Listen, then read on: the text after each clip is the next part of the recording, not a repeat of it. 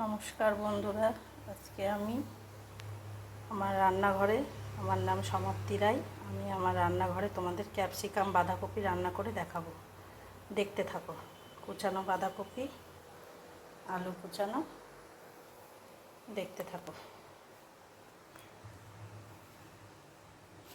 প্রথমে সাদা জিরে ফোড়নে দিয়ে দিলাম,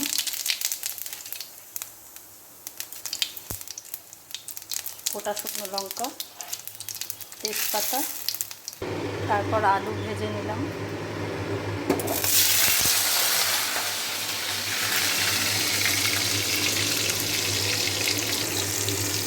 আলুটা ফ্রাই হয়ে গেছে, একদম লাল হয়ে। ভাজার সময় একটু লবণ দিয়েছিলাম।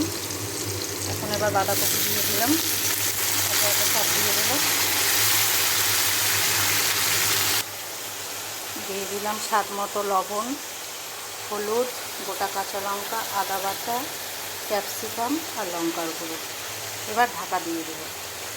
দিয়ে দিলাম বাঁধাকপির মধ্যে টমেটো। এবার আন্দাজ অনুযায়ী একটু জল দিয়ে দিলাম। জল দিয়ে এবার ঢাকা দিয়ে দেবো। প্রায় রেডি হয়ে গেছে ক্যাপসিকাম বাঁধাকপি। এবার লাস্ট ফিনিশিং চিনি, গরম মশলা, ঘি আর এদিকে ধনে জিরের গুঁড়ো দিয়ে নাড়াচাড়া করে নামিয়ে দেব।